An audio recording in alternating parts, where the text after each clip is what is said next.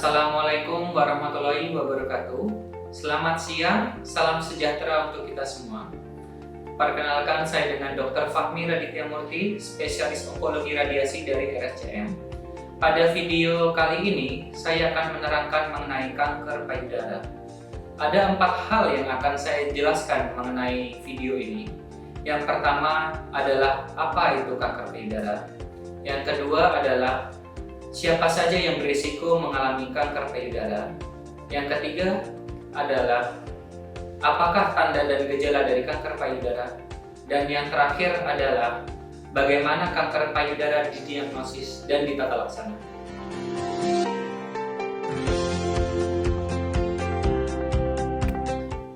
Yang pertama adalah apa itu kanker payudara. Kanker payudara adalah kanker yang berasal dari jaringan payudara dan menjadi kanker yang umum terjadi di dunia, bahkan di Indonesia. Dan kanker payudara sendiri menjadi kanker nomor 1 di dunia dan di Indonesia, terutama adalah wanita.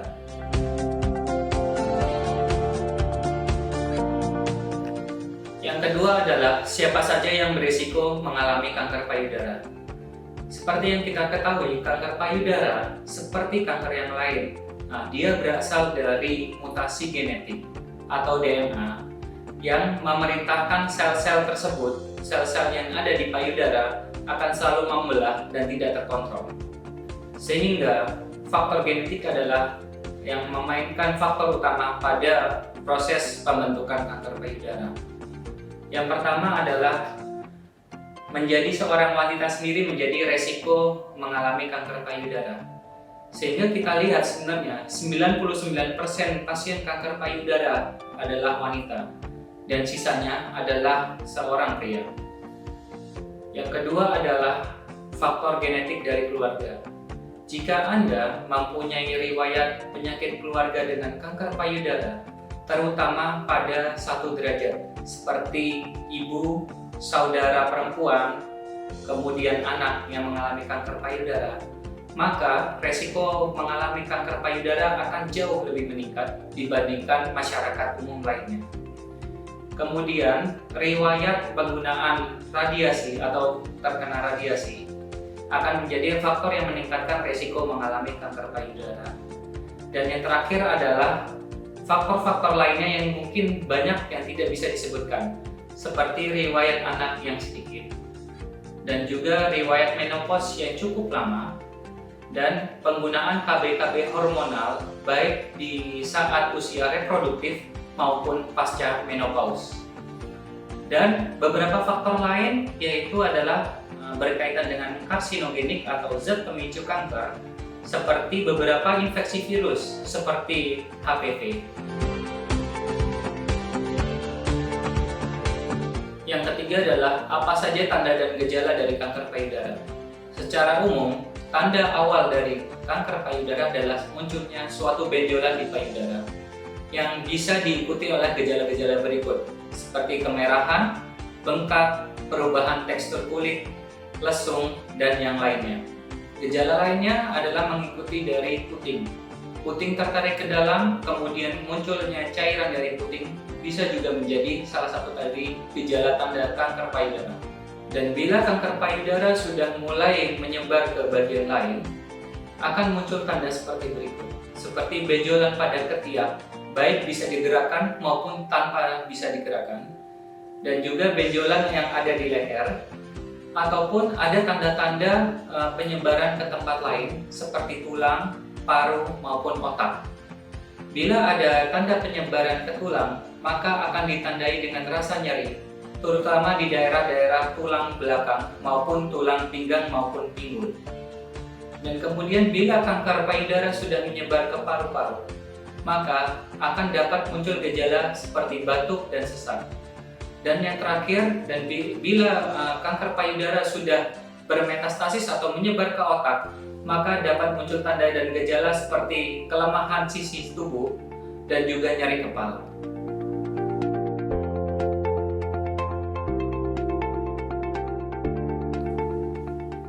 Yang keempat adalah bagaimana kanker payudara didiagnosis dan ditata laksana.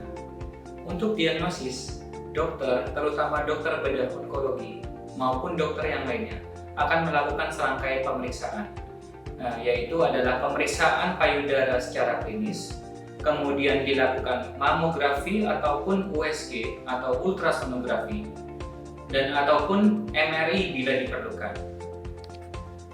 Dan yang paling utama dalam menentukan diagnosis dari kanker payudara adalah patologi anatomi, yaitu menggunakan biopsi. Biopsi sendiri adalah mengambil sampel dari kanker payudara, baik sebagian maupun keseluruhan dari kanker payudara itu sendiri. Dan bagian yang terakhir adalah bagaimana kanker payudara ditata laksana. Setelah dokter menentukan dari derajat dari kanker payudara, ukuran, kemudian penyebaran dari kanker payudara, maka akan ditentukan mengenai tata laksananya.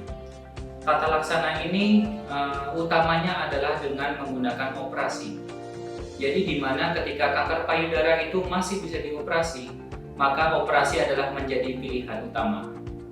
Pada kanker payudara yang masih belum bisa dioperasi karena sudah menyentuh dari struktur banyak hal seperti dinding dada, kemudian kulit, maka dokter akan melakukan suatu kemoterapi terlebih dahulu sebelum dilakukan operasi.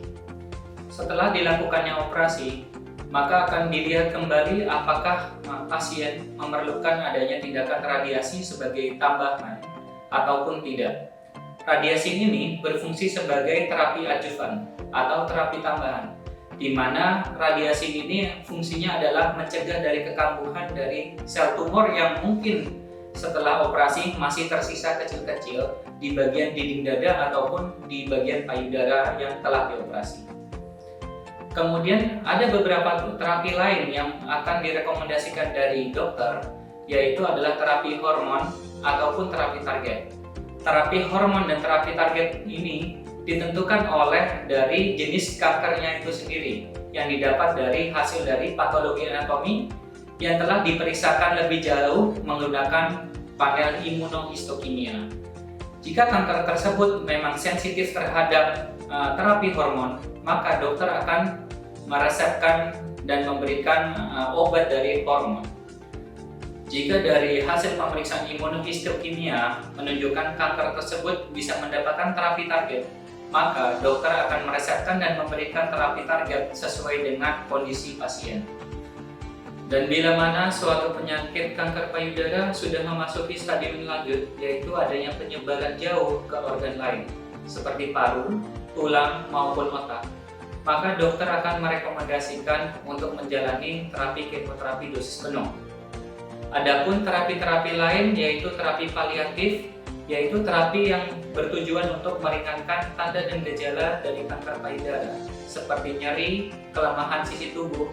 Maka terdapat peran dari kemoterapi dan radiasi untuk meringankan tanda dan gejala ini, sehingga pasien bisa terbebas dari rasa sakit dan meningkatkan kualitas hidupnya. Selama menjalani pengobatan kanker payudara, diharapkan pasien selalu berkomunikasi dengan dokter apabila mengalami kesulitan, dan juga selalu berkomunikasi dengan keluarga terdekat dan sahabat terdekat untuk membantu meringankan beban fisik maupun psikis kita. Bila ada pertanyaan lebih lanjut, silakan dapat menghubungi resepsionis kami di Departemen Onkologi Radiasi RSCM, ataupun bisa juga berdiskusi dengan dokter-dokter terdekat kalian. Terima kasih.